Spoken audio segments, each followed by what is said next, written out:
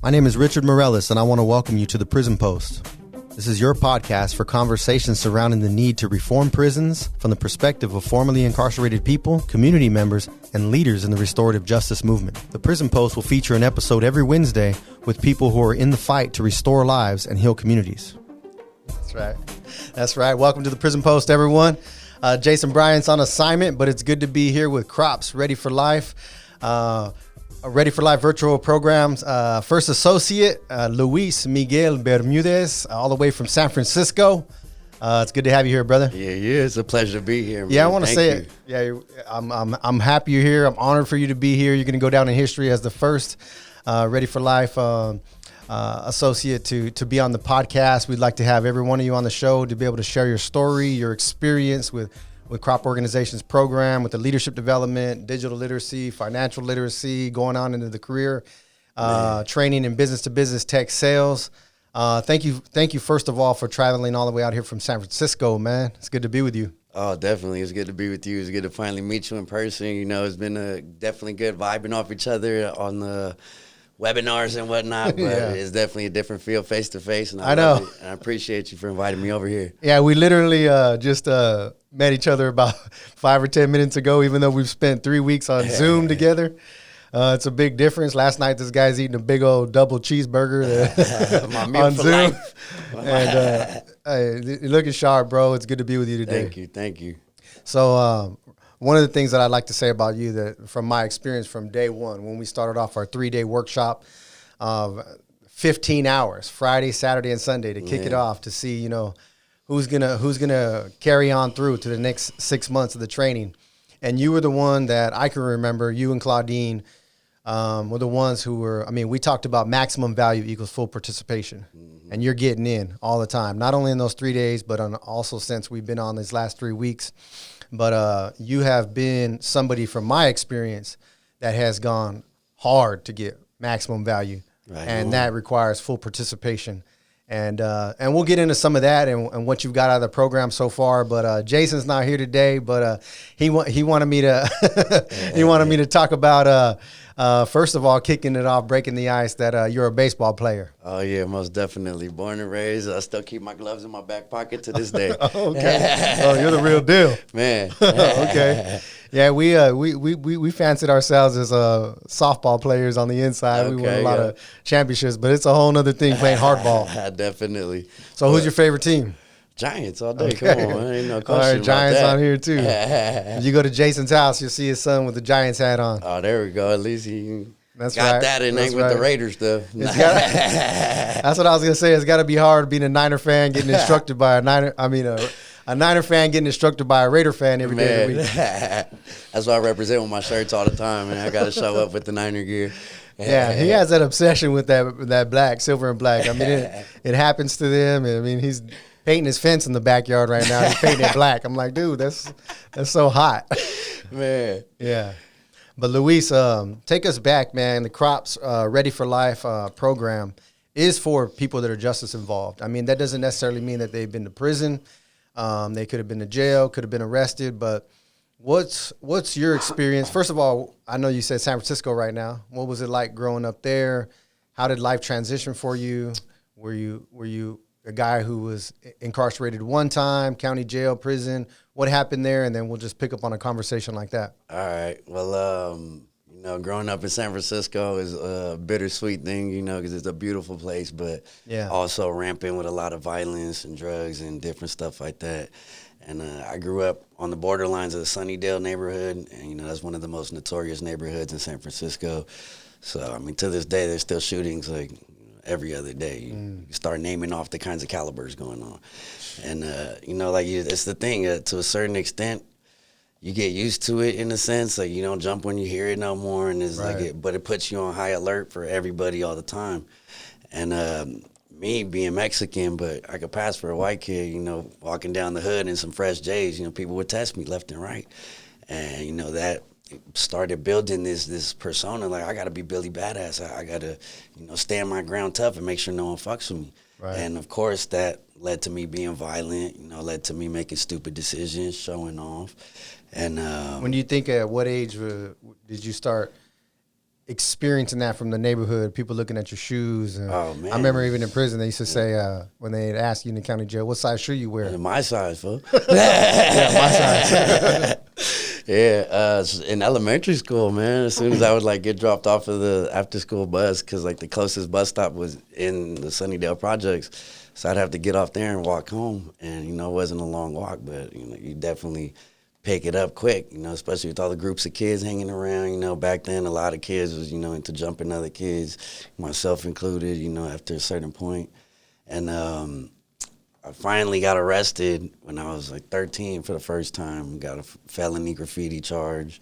Had to do a bunch felony for graffiti? Yeah, it was like over $1,000 worth of damage. So they hit me with that. We had to do like 96 hours of community service. So that was the first one? That was the first one. And then ever since then, I kind of honestly, I've been a bit of a jailbird, to be real. How old are you? I'm 29 now.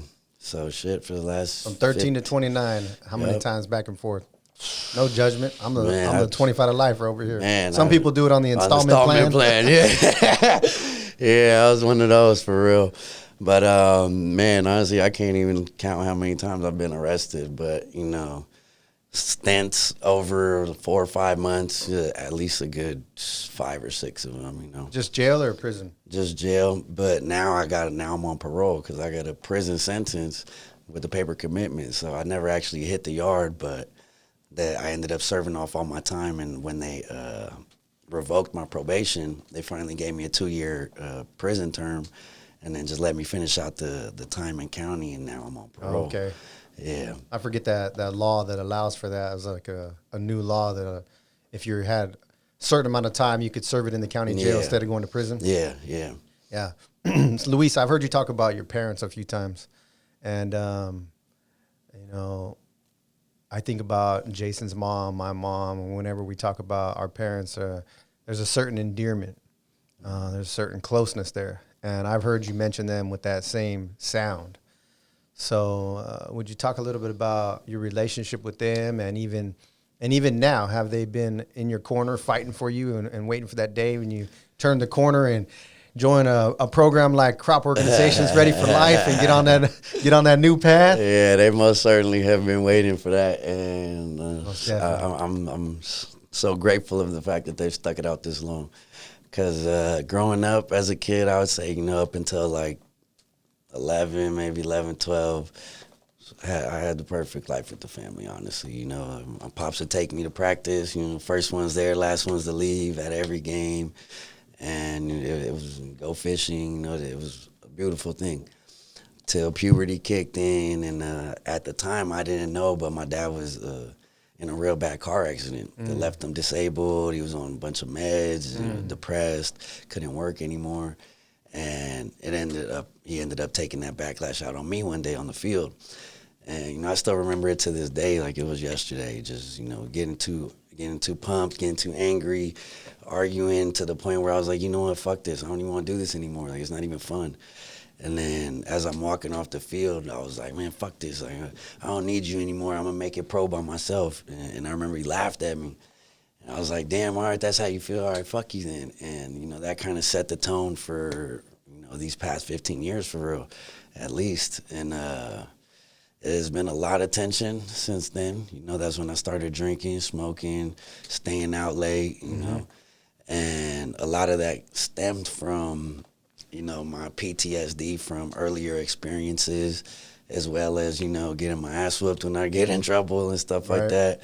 So there was a lot of tension, a lot of animosity, and took a long time to finally overcome and start working through. But, you know, we're getting there now, you know, started those conversations. And, you know, now they're right outside, when bringing me here and ready for me to finish this up and take me to the next destination. So that's what's up. I can't ask for nothing more.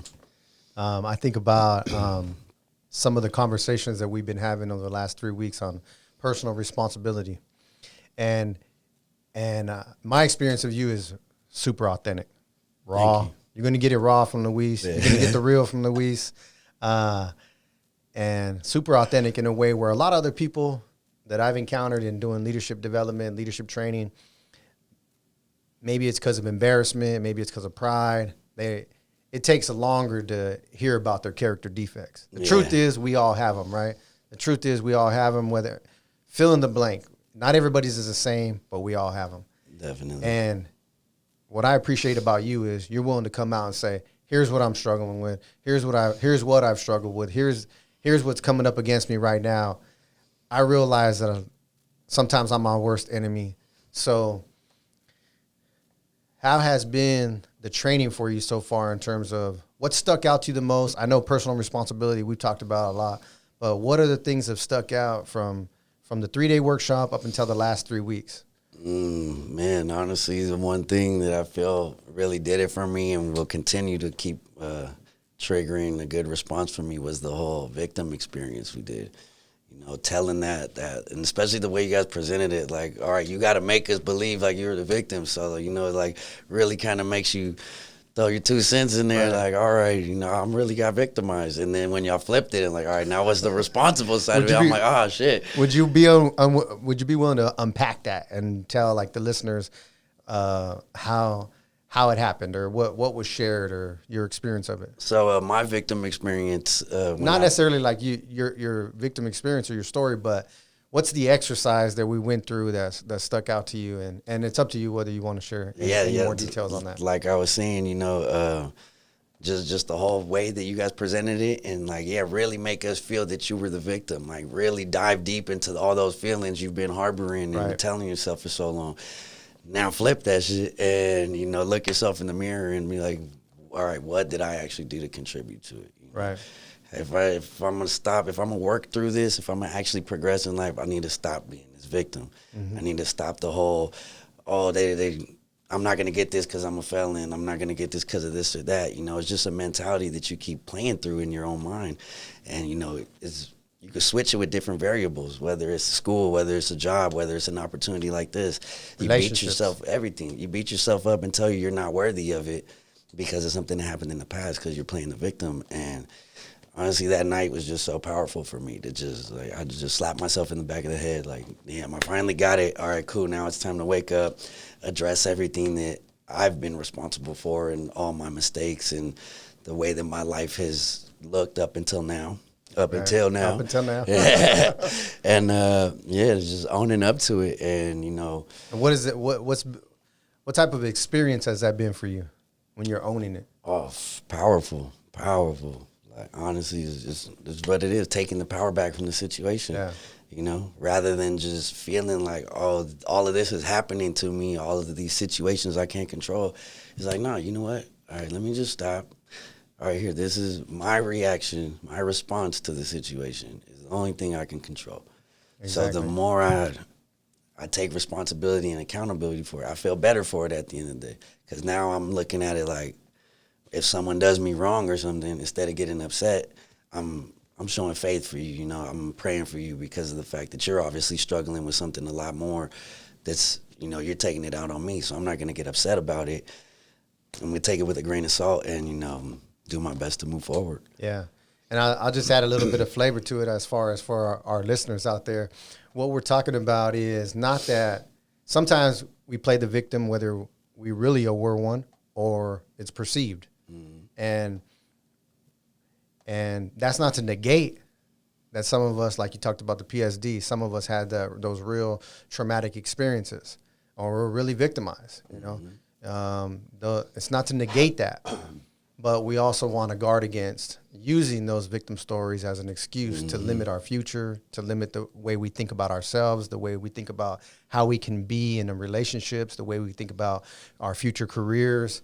And so when we can say, okay, even if I had 5% responsibility in this, in the way that in the things that I was doing or the things that I wasn't doing, what would happen if I owned my part?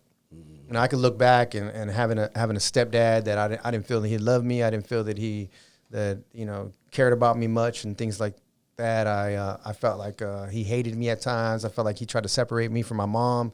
And for most of my life, I would just put all the blame on him, 100%. Mm-hmm. But now that I could look back at 43 and say, you know what, I was pretty rebellious. I didn't want him to be my dad. I didn't want him on our life. It had only been my mom, me, and my sister for 10 and a half years. Now this dude comes around. I don't want you around. I don't want to connect with you. Anything you say, I want to rebel against.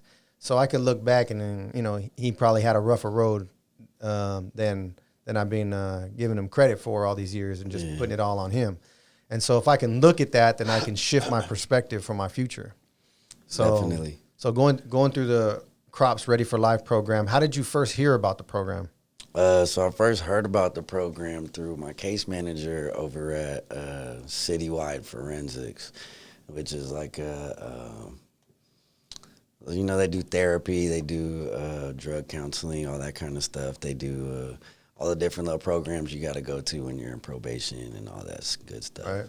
But they have a good employment specialist team and stuff like that. So while I was looking for a job, I had asked about this program they used to have that would like help you pay for a new computer so you could start going to school. Right. And I guess within looking up something about computers, and he came across the CROP organization and was like, oh, yeah, there's a new program coming up. They're going to pay you to train for 6 months. They're going to give you a computer. I'm like, oh, shit, dude. Like, this is everything I wanted. You know, I got new computers, so I go to class. They're going to pay me to go to class. And what is run by prisoners and people that I can actually relate to and, like, have gone through some stuff? All right, cool, sign me up. Right. You know, so... Makes sense, huh? Man, yeah, definitely. In comparison to other programs that are out there, like you just talked about it, there's a lot of programs out there that are not being directed or run, or the program leaders like Jason. You know, Jason's on with you guys from 5:30 to 9:30 every night. I'm on till 7. Everybody has full-time jobs. Well, maybe not everybody, but a lot of people do.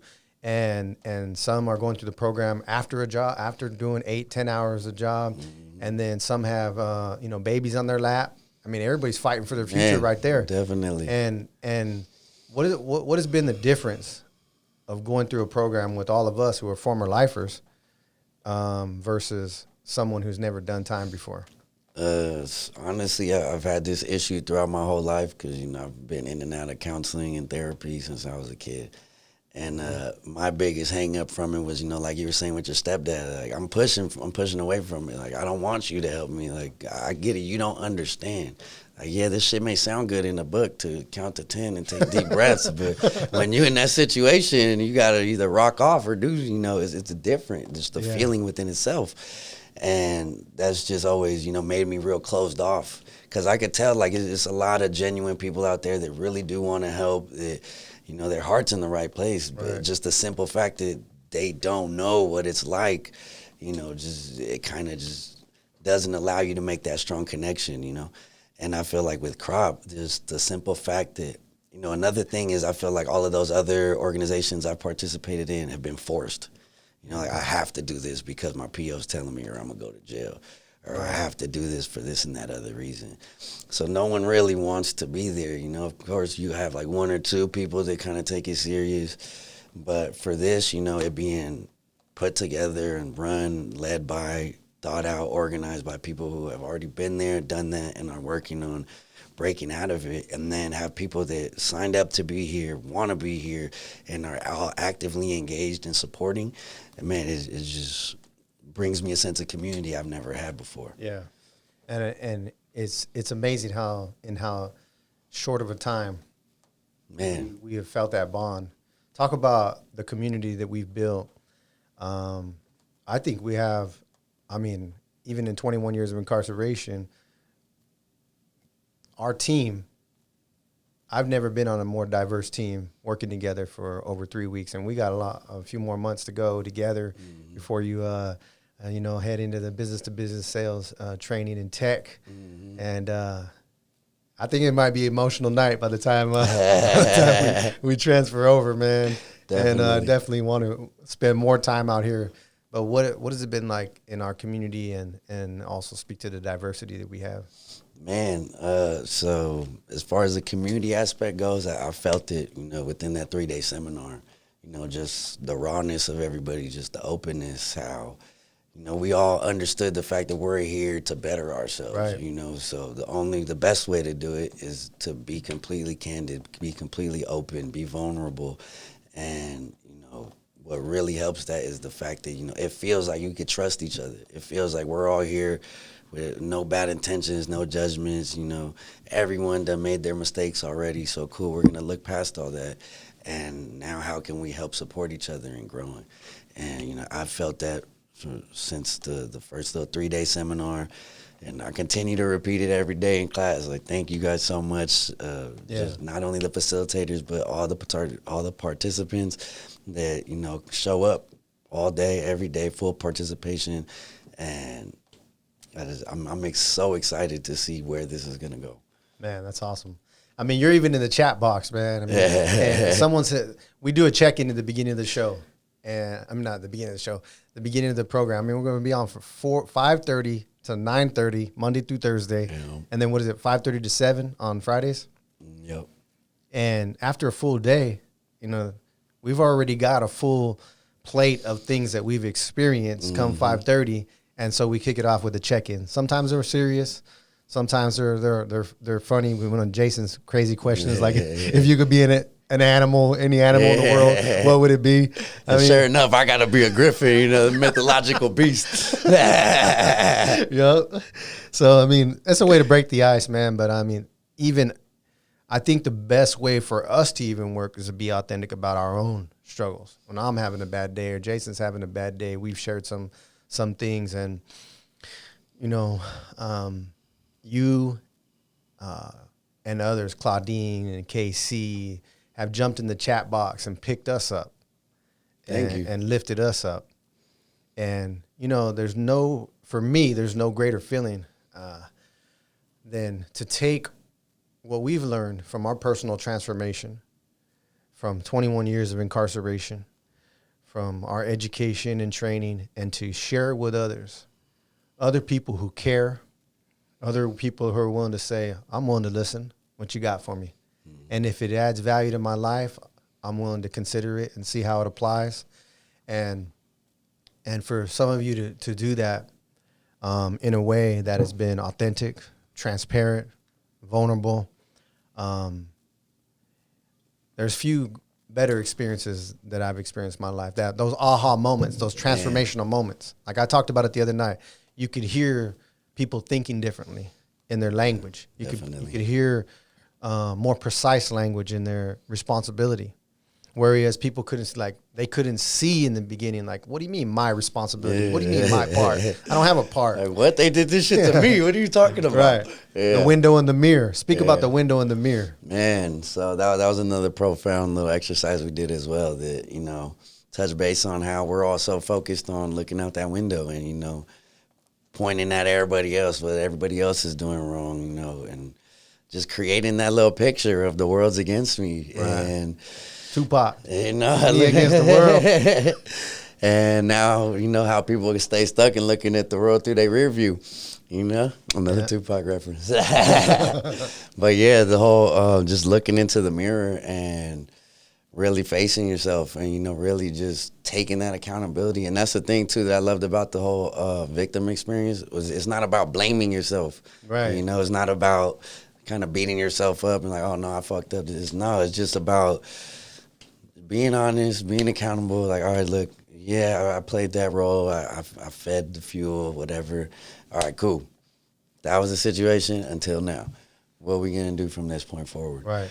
And, man, like I said, as much as I've been working on this on my own, you know, for the past couple of years, trying to figure things out, it makes it so much, maybe not easier, but like a lot more, man, what's the good word for this one? It's a lot more compelling, you know. It makes you want to do the work so much more when you got a community behind you, right. A support system.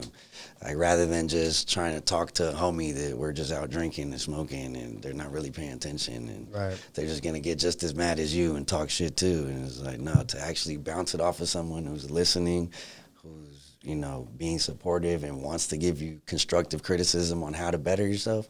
They're like, this is what I've been waiting for my whole life. Yeah.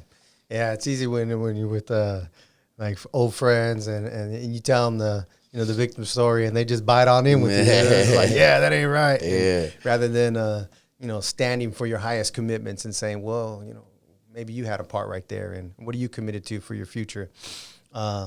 Let's talk about Crops Ready for Life program being a holistic program, and so many of those reentry programs. You know, you've been in and out before. You know, all these different reentry assistance programs. You know, and you get a bus pass over here. You can go get you know, what are those day jobs over here, and they're always. You got to travel all over town and all these different places. And one of the things that we're trying to do is bring all these services together. Definitely. And not only that, but I think that I've been to these parole events where they bring all these jobs together. Little job fairs. Yeah, the job fairs. And it's like the best job you could possibly ever get is like driving truck or something. Yeah. And no offense to being a truck driver, if that's what people want to do, that's great. There's a lot of people, my stepdad, he's been doing it 34 years. He does pretty well. Yeah. But it's a little bit irritating that like that's like the best that they see us. Mm-hmm. Like at best, you guys could be a truck driver. Mm-hmm. And we've never had that perspective. You know, we know about you being highly talented. There's so much talent coming out. Justice Involved people are just as talented as anybody else. They're just people. Even more so. Yeah, and even more so. Exactly. So you have the 4 pillars and the Crops Virtual Ready for Life program, where we have 3 of them in active. Mm-hmm. We're fighting for that 4th. We have that 1-year housing component, right? But you have the leadership development component, the digital literacy component, the financial literacy component, and also then Checker, working with you with the business-to-business tech sale training, Code Tenderloin, getting involved, and then also working with workforce development partners to find jobs. Even when we met with Ross, talking about possibilities of working at Oracle. Mm-hmm. So what is that model, that reentry model to you? We call it reimagining reentry, right? Reimagining reentry. Is there anyone else doing anything similar you've ever heard of throughout the years, and how's it working for you so far? As far as anything similar to Crop, fuck no. No, there's nothing close to it, honestly, from my experience at least. And especially not as far as the vision goes, you know, at least from what I've heard, to eventually have that one location where we could just have a group of people live here, work here, do whatever you need to do to focus on yourself for this year, to really just break out of that little victim box, you know, look yourself in the mirror and start owning up to the life that you want. You know, like we were talking about in class the other day, deciding to do things that are actually working towards your end goal. You know, what do you really want your life to look like, and what are you doing to get there? And that's the thing, is like a lot of us, you know, we have these dreams, these visions of what we want, but we don't do anything about it. You know, we just sit there and play the victim, like, oh, I can't ever really get that job because I've been in and out of jail my whole life. I ain't got no degree, and this, and that, and the other. And we just build these big walls rather than break down those little steps to climb over it. You know, we just keep building these bricks higher and higher. And to me, like the thing I appreciate most about Crop within itself is, like you said, you don't label people like that. Like, you see the value rather than like the rest of society. They think, oh, you're labeled as a fuck up already. So you could clean the streets if you want, just to get some cash, but we're not going to give you no real job. And that's what I appreciate the most, is the fact that you guys see the value in everyone and are giving them real opportunities to, you know, all right, here. If you want the opportunity, it's here for you. All you got to do is put in the work. And, you know, like I was saying the other day in classes, I'm genuinely so excited because what you guys have set up so far and what I've learned so far is like, I really have to go out of my way to fuck this up. And I love that so much, because I've never, like, school never felt like that to me. It always felt like such a prolonged process. Like, damn, if I even want to think about studying law, it's going to be 7, 8, 9 years of hell of school. And then maybe I could get the chance. But you know, with this, it's like, here, sit down for 6 months, focus, and we'll plug you in to do whatever it is you want to do. Yeah. And honestly, that's been my vision for starting my own youth organization. Is, you know, as much as I love and appreciate what you guys are doing for restorative justice and, you know, saving recidivism rates, I want to go a step further and, you know, do this for the youth before they get to that point. Yeah. Talk about that real quick. Like, what are some of the things that What are some of your ideas? What are some of the things that we could do? Because, I mean, you started off at a young age. I know I did as well. How do we interrupt that school to prison pipeline? Man, my best idea to it would be to just create opportunities, you know. Go snatch these kids off the streets and be like, here, you want some money? Bam, let me teach you plumbing. Let me teach you carpentry. Let me teach you sheet metal. Something. Let me give you a skill you could take with you for the rest of your life and get paid no matter where you go. You know, that you don't got to look over your shoulder every time. You know, you could stack up your money, have a 401k, get vacation pay. You know, be off work at 2, 3 in the afternoon and have the whole rest of the time to kick it. There's so many other constructive avenues to go through. It's just that, you know, we don't get that. Especially here in inner city youth, you know, we don't get workshop no more. You know, we don't get auto shop in school no more, stuff like that. And that's the thing is, like, not everybody's meant to sit behind a computer or read books. Right.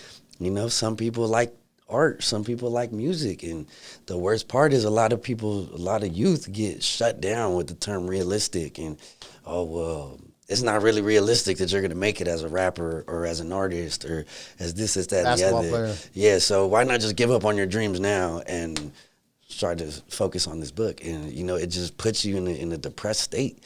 So I really just want to create, you know, a space like you guys were talking about as well, where here's a big warehouse. You could sleep here, eat here, work here, do whatever it is you need to do. We'll bring in a teacher to teach you whatever it is you want to learn, teach you to do it to the best of your ability and never do that shit for free. You know, that's the way I look at it. And I think about the old Boys and Girls Clubs. Did you ever go to one of those? Yeah. And you went there and it was cool to have a place to go. But you went there and you played either ping pong or basketball and foosball, and it was always some game, and that's cool. But what if there was that component that you have? Hey, from 5 to 6, we're out here doing plumbing. From 6 to 7, we're out here doing welding. We're doing a class on that, because that stuff's not being taught in schools, and you're just expected to get it after you graduate. And with the environments that we grow up in, or with the households and the parents, they're not pushing that. Or they're pushing, you know, they're pushing a shovel. Man. You know, you ain't going to go to the military because of maybe you already got a felony already. You already got arrested or something. And maybe they will, but maybe not everybody's graduating, so or going to college or has the money for college. So. And that's the thing that always upset me. Like, after having my second kid, you know, I got into the union because I was going to law school at the time, because that was my dream, to be a criminal defense attorney and help people from getting railroaded by the system, you know. But once I had my second kid, it was like, you know, this is going to take up too much of my time. Let me get in the trades. So I was a sheet metal worker for a while. And, man, I'm not going to lie, I was pretty upset when I found out I could have been doing this shit at 16. You know, at 16 years old with a GED, you feel me? You already know, I don't like this school stuff. Let me work with my hands. All right, cool. If I would have just got my GED at 16, by 21, I'd have been making $100,000. You know? Yeah. Nice vacation place, like, you know. And especially in Frisco, man. They said, what did they say the poverty level is over there? Man, like $120,000 a year? Like, what? Okay. Let me get that right quick. So how do formerly incarcerated people survive in San Francisco? Finesse. without indulging in the, I mean, I've heard a lot of people, like, they'll rent places and live together with multiple people, but I mean, you got to be squared away in a career to be living out there, right? Just definitely, or at least have 4 or 5 different avenues of income, you know, to do something, stay busy. And that's the thing, especially like out here. Like, that was one thing I loved about the union too. We get paid weekly, so you know you could go. Yeah, you don't got to budget as hard. Yeah, you know, and it makes things a little more livable. But it's definitely a lot of stressors, you know, within rent and food and everything, you know. Yeah. It just makes it that much more difficult to get by. And that's what has always upset me so much about San Francisco within itself, you know, being such a rich city. At the end of the day, there's so much money here, so much opportunity. Yeah. Like, there's no reason for so many people to be struggling as much as they really are. There's no reason for us to have the homeless population we have out here. There's so many different avenues for people to help that no one should ever be left out in the cold like that. And that's one of the reasons why we're constantly looking for funding, doing fundraising. You know, you talked about the stipend earlier. You know, we're fighting to give. Now we're doing it to give each person going through the program $1,000 a month. And it ain't much, but I mean, I'm sure it could help offset. And so would you talk about what are your thoughts about the stipend? Are other programs out there doing that? How has it helped you so far? Or I don't know if you've received the first one yet. We're almost through with a month. But what are your thoughts about it? Honestly, my thoughts about it, first and foremost, I was ecstatic. I'm like, what? You're going to pay me to learn? Like, it's usually the other way around. Like, I got to go come out of my pocket, an arm and a leg, just for the opportunity to learn something, which is ridiculous, But, man, and, a whole different philosophy right there. Man, most definitely. Because then that means that shows value in what it is that you're teaching, But rather than try to charge you and be like, oh, yeah, well, if you want this information, you got to pay me. Like, nah, here. I'm trying to give this to you to save your life. I'll even make it better for you. Like, what more do you need, Yeah. And, I mean, $1,000, that's enough for at least, half your rent. Put a big dent in whatever it is your monthly expenses are, for sure. And that's the thing. For the only experience I've had with, incentivizing kind of like that with other programs is like a fucking $20 Target gift card or something, Yeah. And, yeah, it's cool. It kind of helps. But at the end of the day, it's just always felt very like corporate, very like just it's all about the money, and that's kind of why I got off on Ron about the whole Oracle thing, about the you guys stuff. Like, I don't know, I kind of feel like you guys are just using us to build up your rapport as a business, and I get it. That's a mentality I got to break through within myself, but it just comes from those experiences. So I definitely appreciate it a lot and feel like it's definitely an avenue to explore further. And it's all just comes down to the way we organize it with the right people. I'll tell you what, Luis, ever since, thank you for sharing that. And when we first started working together, behind the scenes, with Jason and Ted and Matt and Ken, we're talking about this, in the 3-day workshop that we kicked off, over the weekend, 15 hours, man, Luis is on it. And I heard you sharing, I heard you, opening up and asking questions, but I didn't know you had a secret talent. Until one night I shared something like, hey, you're going to have opportunities to share your story, different aspects. And I want to encourage you to bring the context of those stories and work with the content that you're going to be experiencing from the Ready for Life manual, the workbook, the actual, I should have brought it inside. I brought it with me too. But, we had a little small swag bag, a crop journal, our Ready for Life curriculum, and a crop pin. But the best way for that curriculum to work is not just reading and filling in the blank, but to take it and then apply it to the personal context of our lives. Man. And then I got off the call at 7:00, and then the next night when we got back on, Luis was like, hey, man, I got something for you. I got something that I want to share with you. And then so I wanted to tee you up to, if you want to talk about that at all, you don't have to. All right, for sure. But if you do, and then we can tee up this instrumental back here. For sure. All right. Well, there's a part of doing the work, and that was the thing. We were talking about the whole leadership thing, and I forgot what it is I said that triggered the response, but it was you and like 2 other people. I heard it was like, that sounds like a what is it? Unresolved. What is it called? Unresolved assumption. It was instantly that sounds like one of those assumptions right there. And I'm unquestioned assumption. There you go. And I'm like, hold on, wait. Like, I felt kind of challenged.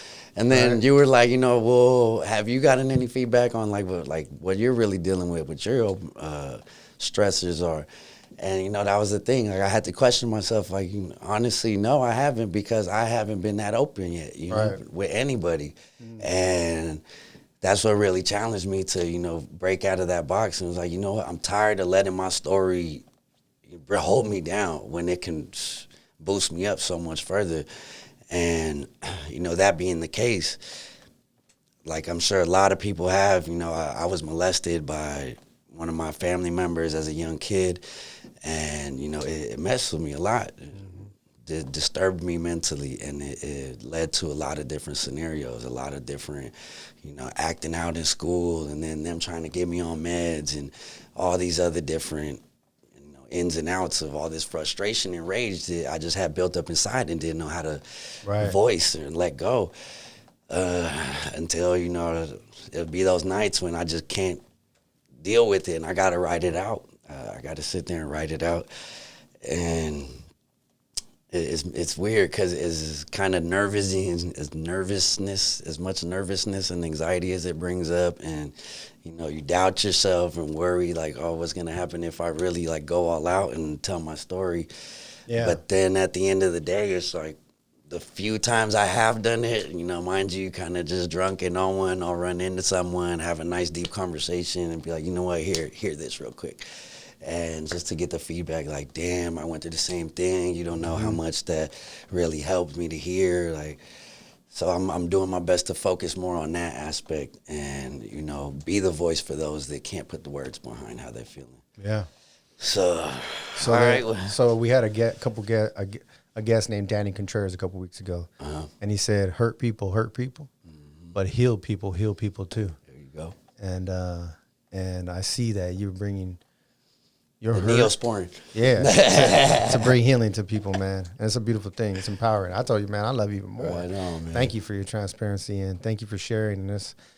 And yeah, those are the kind of things that led to probably a lot of violent thinking, like, oh, you know, all that. Man. But here I am today on another path. And how could I use it to serve the world and bring light? And, you know, I don't know how you feel about Jesus, but he said you're a city set on a hill that cannot be hidden. You're the salt of the earth and the light of the world. You know, shine your light, man. So, all right. How we gonna let's get to shining. Let's get to shining. Nate Darling. We're in Darling New Media. Before I kick this thing off, I want to invite you all to sit up nice and straight. Rest your hands on your knees. Take a nice deep breath. Close your eyes as I take you to a time when I was shortly more than 5 with my old same-sex cousin. Felt he had to cross the line. We were past playing the dozens. We'd wrestle all the time till one day he started nuzzling stuff between my thighs, and I found it oh so puzzling the way things would arise when I felt his lips and tongue around the devil's winking eye. Once I found out it was wrong, it left me troubled, thinking why would he have done what he had done, especially once considering I was still so motherfucking young, had innocence and full of life, all of which had been replaced by my self-hate and mental strife. Ain't nobody gon' relate, can't equate the pain inside, so I began to medicate just to escape and feel sublime, for I know I have a reason. God has told me I'm divine. Now I'm standing up to reach out to my bros and sis alike. Ain't no need to feel defeated, no, you're strong enough to fight. Tell me about your battle trenches, I'll be right here by your side as we look to the skies and it shake off the worries, just look to the skies and it shake off the worries. Seems he's always acting out, must not right be in the head. Quick, let's force him to sit down, slowly pump him full of meds. Fuck, just trying to figure out what's really making him upset. There's no profit to account if we should somehow get him fixed. Just tell him that he's crazy, watch his mind start playing tricks. Set a new trap for him daily, then we'll find him when he slips. If he can't afford to pay, we'll just confine him for a bit, then place a mark beside his name so he's defined. We're less than shit, he's a heathen, he's a monster. Socially, he doesn't fit, without a cause or any reason. He might scream or even flip. Oh my gosh, he's such a demon. Satan semen's in this kid, but they all refuse to see to what degree this pain inflicts. How my heart is raw and bleeds, but I maintain to keep it in. How the scars you'll never see would probably kill 1,000,000 men, so no, they never will succeed. No, you will never see them win, for there's a God that lives within me. When I feel this pain, I grin and just look to the sky in the shade. Off the worries, just look to the skies and it shake. Off the worries, now I'm coasting on a dream, glowing up my self-esteem, cause it used to be so ugly. I was cold and hella mean, inflicting pain for me was funny. Got mines by any means, guess that's why I fell flat on my face and just ran out of now I'm picking up the pace, jumping right back in the race. Let's believe there ain't a demon who could take me out my place, cause I done been through hell and back. Me and Belil were face to face, now I laugh at their attacks. They won't succeed to shake my faith, for the fact I now believe in me and take control of fate. I'ma be the man I choose to be, despite those who may hate. Now I recognize the truest me and know that I am great. Yeah, my past may have influenced me, but no, it won't dictate who I am or shape your views of me. I've broken Hades' gate, so if you understand and groove with me, and if you can relate, then just look to the skies and shake Off the worries, just look to the sky and it shake. Off the worries, just look to the sky and it shake. Off the worries, just look to the skies and it shake. Off the worries. That's it. Good work. Woo! Talk about grooving with you. Man. Shaking off the worries. Woo. Just look to the sky. That's it. That was a good one. Good stuff. How's it feel? Feels great, man. Feels great for real. Like, man. All right. Man, it's a big burden off, you know? Yeah, it feels freedom. Big weight off your chest. Feel like freedom, man. Man, definitely. That's how it feels right here to hear it. It's a trip. Like, I just saw this little post online yesterday that was like, deep down, you know that on the other side of every fear is freedom. Yeah. And I was like, damn, like, it's true. And I just need to start practice living that. That's it. Man. And I've heard that. I've said that before on this show. Like, I had to get free on the inside before I get free out here. And it sounds like, you know, it's for other people that have been out here. There's some people living in far deeper prisons than behind them gates. Man. And it's all about freedom, man. Definitely. So talking about freedom, 6 months from now, not even 6 months, 5 months from now, we're at graduation day. I'm going to be whipping up them barbecues, them burgers. Hooking up the burgers. You got the sick hat on. I need to get me one of those. I don't know where you got that at, but I need to get that location. Men's Warehouse, man, right there on 4th and Market. Okay. Men's Warehouse. And so we see you at graduation, and Luis says, here's where I'm headed in the next few months. In other words, what new things have opened up for you? Where do you see yourself going after graduating from the Crops Ready for Life program? Man, honestly, the sky's the limit. There ain't no limit. Unlimited possibilities. Like, at the end of the day, for real, just after that first time I did this song in the class and you reached out and you were just like, bro, like, I know plenty of people, don't trip, you're going to have opportunities. Like, I got you. I was like, damn. Yep. It was just the most relieving feeling ever. Because, you know, like I said, I've always known it in my mind, too. Like, fuck, if I would just sit down and focus and do what I need to do to live a healthy life, you know, everything I could ever hope for is attainable. But I just never really had that support system to kind of, you know, keep me going. Yep. You know, it's always one thing after another, keep getting knocked back until you're just like, you know what, fuck it. But now, with all this in place, I'm so excited about the future to come. And it's the first time I felt this way since I was a kid, for real. Like, that's for deep. Real, yeah. Like, I'm excited.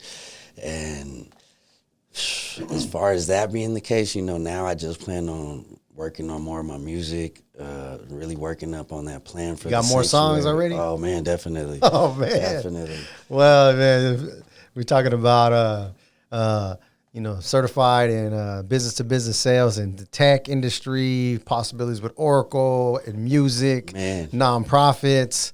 Man. That is Luis-Miguel Bermudez that probably you were created to be. And there's still a lot more that is yet to be imagined. And that's the crop perspective. You can imagine it, you can do it. Most definitely. Reimagine it. You know what I'm saying? And no limitations, breaking through ceilings, breaking through limiting beliefs, questioning unquestioned assumptions, and saying, if it's possible, I can do it. And so we see. I can do it if it's impossible. As long as I got it in my mind, we're going to make it happen. yeah, doing the impossible too. Yeah, definitely.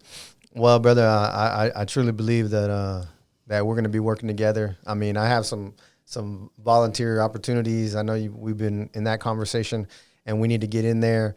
I want to start meeting on a weekly basis, and there's opportunities with Crop even before graduation. And I truly appreciate, on behalf of the team, our team, the level of value brought to everybody there. Because it'd be harder for us if people came on the Zoom, and it's a long time, 4 hours, 4 hours, you know, 4 nights a week and 2 hours. Well, you come there ready to go to work, you know, and you bring value to other people. And I don't know if you know this, but you know, there's some people that when you say something that triggers them, and then they take off, and then they go. So we appreciate what the value you're bringing. Thank you. And, you know, Jason wanted me to share at the beginning of the show, you will go down in history as that first Ready for Life person to come on the podcast. Man. And not only that, but you're a leader, man. We always say leaders go first. So we thank you for going first. Thank you for taking the lead. Continue to take the lead. You know, it's obvious. It's the first of many firsts. Yep, first. Man. Hey, man, is there any message that you want to share with your with the fellow associates or with Crop or family, closing it out here? Man, if anything, I would just like to say thank you again, first and foremost, to you and all the facilitators that put this together. Thank you to all the participants in this first cohort that are putting in the work to, you know, set the stepping stones for the people behind us. Thank you to all the corporations that are a part of it and will become a part of it in the future. And honestly, to everybody out there that's struggling, dealing with all of these crazy issues that life brings up, man, keep trudging, look to the skies and shake off the worries. That's right. Look to the side, shake off the worries. So just for our audience to know, Luis is the first. We hope to do a podcast conversation with everybody, all 14 associates, and to get their experience of going through Crop's virtual Ready for Life pilot program, where they're experiencing the leadership development, digital literacy, financial literacy, career training, and B2B tech sales, and beyond. When our ultimate vision comes to pass, having that short and long-term housing where people can go and live for a year, receive at least $1,000 a month stipend. And not only that, but there's another component to our program where a lot of you have heard about what we did with the Lisa Ling season 7, episode 1.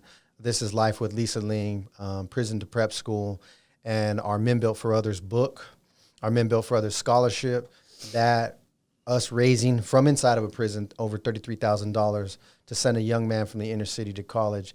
And this program is also, Luis was already a trendsetter and a game changer. We were brought up that later on there will be a component of this program with an income sharing agreement that will go back to funding scholarships, Men Built for Other scholarships, and we're changing that whole thing up to men and women built for other scholarships, or people built for other scholarships, because it won't be just for men, but reaching back to the inner city and using some of this income sharing to send people to schools that are truly committed to their students, to break up the school to prison pipeline, and to get opportunities for those to go to college. So if you want to learn more about Crop Organization, you can look us up at croporganization.org. We're Crop.org1 on Twitter, Crop Organization on Instagram, and creating restorative opportunities and programs on Facebook. You can look us up at Crop Organization on LinkedIn. Yeah, we have a link tree on all those places, and you can find what we're doing with the Prison Post. I'm here with Luis-Miguel Bermudez. We're finishing up this first episode in this new series with our Ready for Life associates. We're at Darling New Media Studio here in Sacramento. For those of you who have any needs in the podcasting world, you know, he's become our friend. He's a teacher, he's a trainer, he has a studio, and so we want to share about him as well. But we thank you for listening today, and we appreciate your time. I'll see you again on the next episode of The Prison Post. Thank you. Thank you for listening to The Prison Post, a production of the Crop Organization. We'll be sharing more stories from the world of prison reform and restorative justice, so please join us. You can listen to The Prison Post on all major podcasting platforms. Subscribe to our video cast on YouTube and like us on Facebook at The Prison Post and at Creating Restorative Opportunities and Programs.